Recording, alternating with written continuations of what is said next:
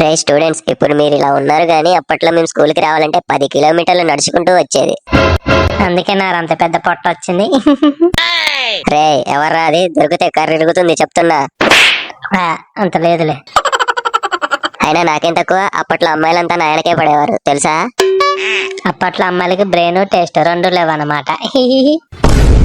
నువ్వు గనక దొరకాలరా ఈ రోజు, కర్ర మాత్రం పక్కా ఇరుగుతుందిరా.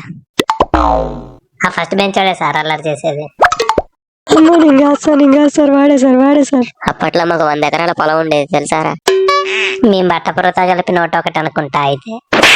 రే ఎందుకురా నన్ను ఇలా ఏడిపిస్తున్నావు, ఆపురా. ఎద్దులో ఉన్న ఏడిస్తే దరిద్రంగా ఉంటుంది. అబ్బా, అల్లరి చేసి చేసి అలసిపోయా, కొద్దిసేపు పడుకుంటా. ఈ బ్యాక్ బెంచర్ గాడే ఇందాక నుంచి అల్లరి చేసి చేసి పడుకున్నట్టుండు, వీడి సంగతి చెప్తే ఇప్పుడు. అప్పట్లో మాకు 100 బర్రెలు ఉండేవి తెలుసారా. అవి 100 కాదు 99. నిన్ను కూడా లెక్క పెట్టుకున్నట్టున్నావు. వామ్మో, ఎవడి బట్టపురోడు సార్, మీరా? కొట్టకండి సార్, వద్దు సార్ వామ్మో సార్.